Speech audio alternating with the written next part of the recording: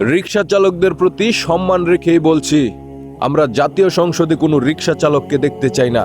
কেন চাই না, এটার উত্তর সক্রেটিস 2400 বছর পূর্বে জাহাজের উদাহরণের মাধ্যমে দিয়ে গেছেন। যে জনপ্রিয় কিন্তু অযোগ্য এমন একজনকে যদি ভোটে জাহাজের ক্যাপ্টেন বানানো হয়, তবে সে জাহাজ কখনো তীরে ভিড়বে না।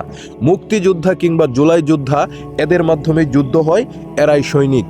আইনস্টাইন কিন্তু যুদ্ধ করতে পারবে না, তার ওই সাহস নাই। কিন্তু এক আইনস্টাইন পৃথিবীকে 100 বছর এগিয়ে দিতে পারবে। একজন সৈনিকের পক্ষে তা সম্ভব নয়। একজন সৈনিক পুরস্কৃত হবে, প্রমোশন পাবে। আইনস্টাইনেরাও পুরস্কৃত হবে, হয়তো নোবেলও পাবে। কিন্তু পুরস্কার যদি হয় আইনস্টাইনকে সেনাপতি বানাও আর সৈনিককে বিজ্ঞানী বানাও, তাহলে জাতির ভবিষ্যৎ অন্ধকার। আর শিক্ষিত সচেতন সমাজ যদি একে আবার যুক্তিতর্ক দিয়ে প্রতিষ্ঠিত করতে চায়, তাহলে বুঝতে হবে আমাদের চিন্তা ভাবনা 2400 বছর বা তার চেয়েও বেশি পিছিয়ে আছে। মোদির মতো চাওয়ালা মাঝে মধ্যে প্রধানমন্ত্রী হয়ে যেতে পারে, তবে সেটা বিক্ষিপ্ত উদাহরণ মাত্র, কোনো যুক্তি না। সাঁতার না জানা কাউকে তার দেশপ্রেমের জন্য অলিম্পিকে সাঁতার কাটতে নামিয়ে দিবেন, এটা কেমন কথা?